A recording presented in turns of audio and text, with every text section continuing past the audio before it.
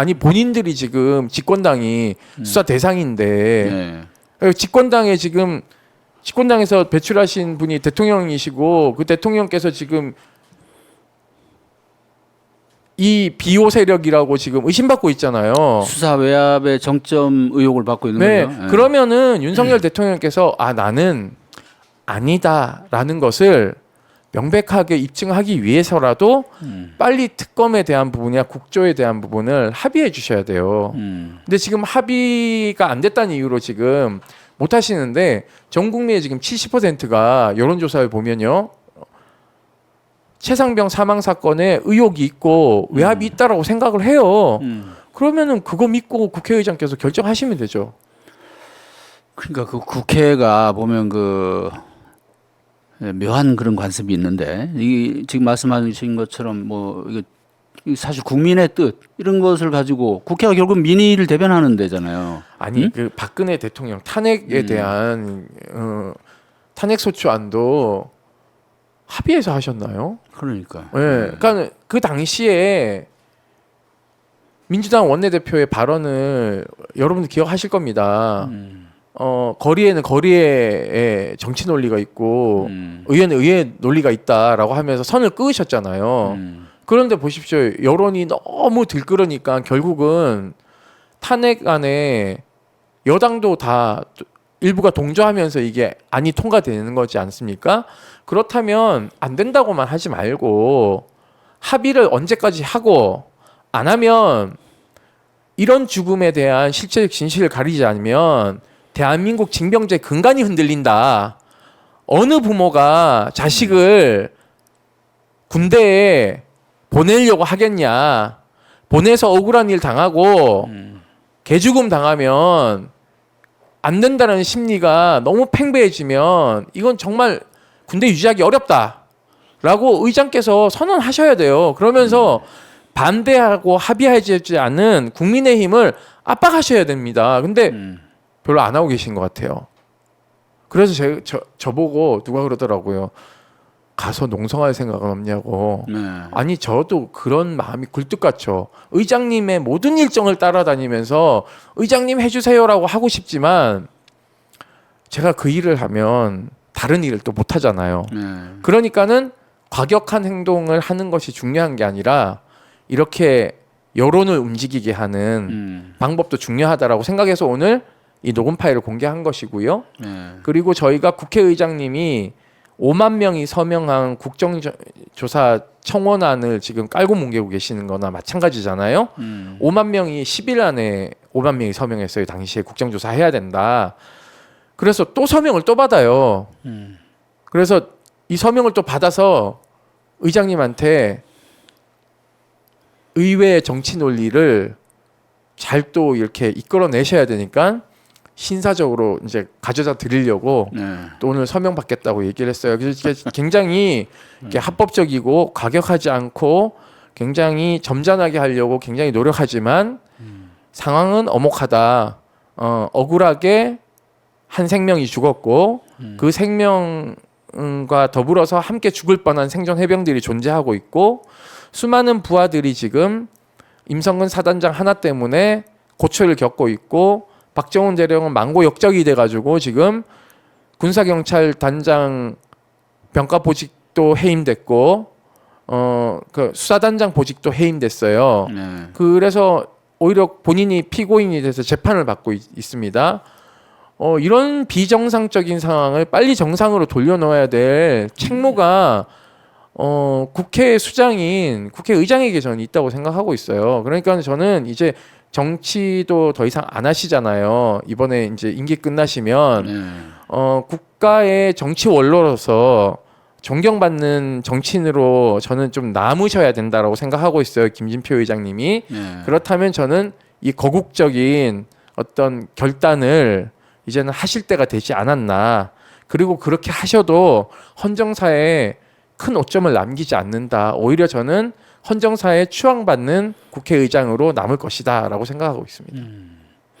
이제 뭐 그런 반론도 있더라고요. 국정조사의 경우에 어느 한쪽이 계속 협조를 안 하면 타협이 안 되면 이게 일방으로 결국은 밀어붙이는 다수당이 그렇게 할 수는 있는데 그런 경우에 이제 조사가 제대로 실질적인 조사가 안 된다. 뭐 증인 채택부터 아니요, 국정조사는 뭐 예. 증인 채택 여부를 합의하지 않습니다. 예, 그러니까는 특위에서 하면 되는 거고, 그리고 이게 국감하고 좀 성격이 다르거든요. 그래서 기억하시겠지만 이태원 예. 참사도 국민의힘이 협조하지 않은 가운데 예. 국정조사를 했고요. 물론 이제 수동적으로 움직였겠지만은요. 그래도 많은 것들을 알아냈습니다. 우리 국방위에서도 사실은 의원님들이 실제 진실을 여러 개 밝히셨거든요. 그렇기 때문에 국정조사를 왜 해야 되냐면 그러니까 여러분들 박정훈 대령만 생각하시는데 네. 박정훈 대령만 나오는 게 아니고요. 예. 생존 해병들도 나올 수 있고요. 그리고 박정훈 대령의 부하들 수사할 당시 담당했던 사람들도 나와서 얘기를 해야 돼요. 억울한 지점이 있기 때문에. 그 다음에 경북경찰청 사람들도 다 불려 나와야 되고요.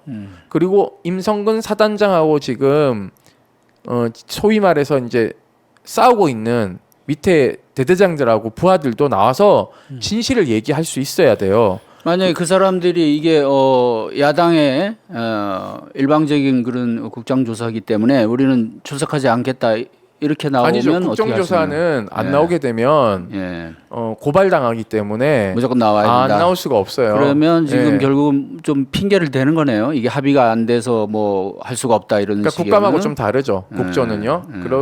그렇기 때문에 국조를 반대하는 거예요. 왜냐하면 본인들의 합의 여부와 관계없이 증인 채택을 다 해버리면 되는 거기 때문에 이게 지금 하나 딜레마인 거고요. 국민의힘이 또 하나는 청와대 그러니까 대통령실에 당시 있었던 안보실 2차장 임종득 2차장 지금 그만두고 경북 영주에 출마 준비하고 있죠. 예비후보 등록하셨을 겁니다. 이분도 나와야 되고요.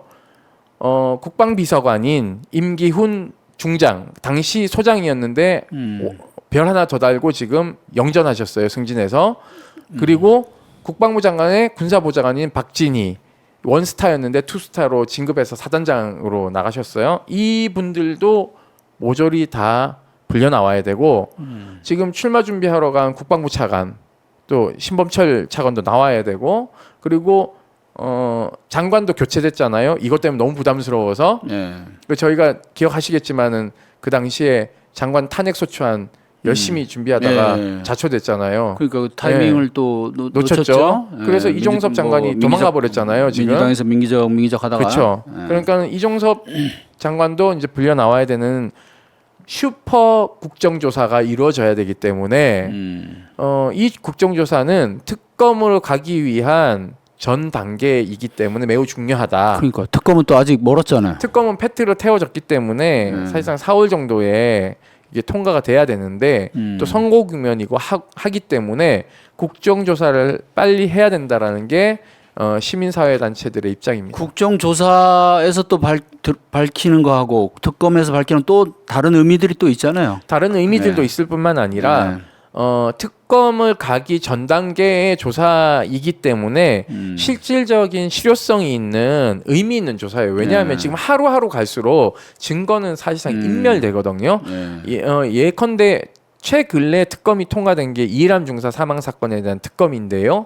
당시 안미영 특검이 수사 결과를 발표하면서 보도 자료에 넣은 게 뭐냐 하면 시간이 너무 흘러서 그 범죄 피의자들이 핸드폰을 교체하거나 증거를 은닉했다라는 얘기를 많이 해요.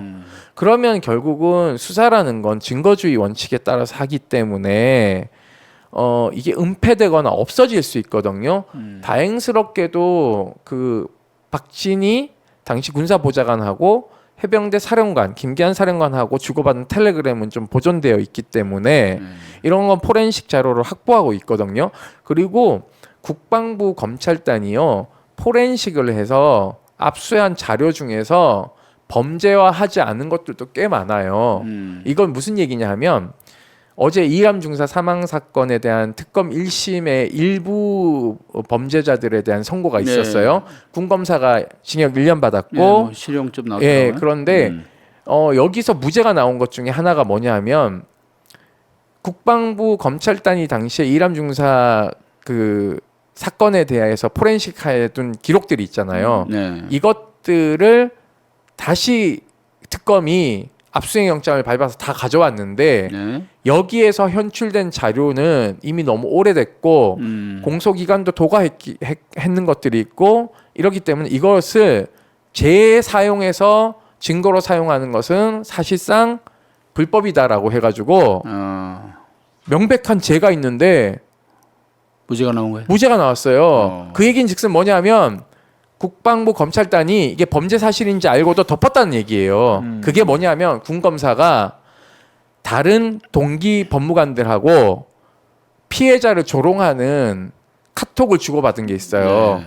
그게 사실 명예훼손에 해당되고 직무와 관련된 범죄인데 이것을 국방부 검찰단이요 기소를 하지 않은 겁니다. 그러니까는 이 증거 자료를 다시 가져와서 쓰는 게 재판부로서는 허용이 안 되는 거예요.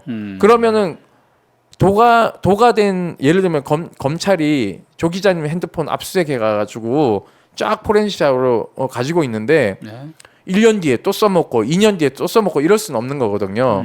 그렇기 때문에 사실은 초기에 빨리 시간이 지나지 않는 범위 안에서 증거가 인멸되지 않도록 빨리 수사하는 게 되게 중요한 겁니다. 그런데 지금 세워라 내워라 하고 계시니까 속이 터지는 거죠. 예. 그러면 국회의장이 뭐 어쨌든 이런저런 사정 때문에 또는 무슨 어떤 뭐 또 핑계라고 할 수도 있겠지만 뭐 그렇게 좀 머뭇거리면 민주당 의원들이 적극적으로 또 나서주면 좋을 텐데 좀 민주당 의원들이 좀 바쁜가 봐요 선거 때문에. 뭐 지금 민주당만 바쁜 게 아니고 다 바쁜 것 같은데요. 당이 네. 지금 4개가 생기냐, 5개가 생기냐, 그러니까 3개가 온통 정신이 생기냐 거기로 다 저는 지금 가 있어요. 아니, 물론 이제 현실 정치니까 저는 그럴 수밖에 없다고 생각하지만 그럼에도 불구하고 이럴 때일수록 무엇을 위해서 본인의 권력을 사용해야 되는가를 잘 판단하셔야 되는 거죠.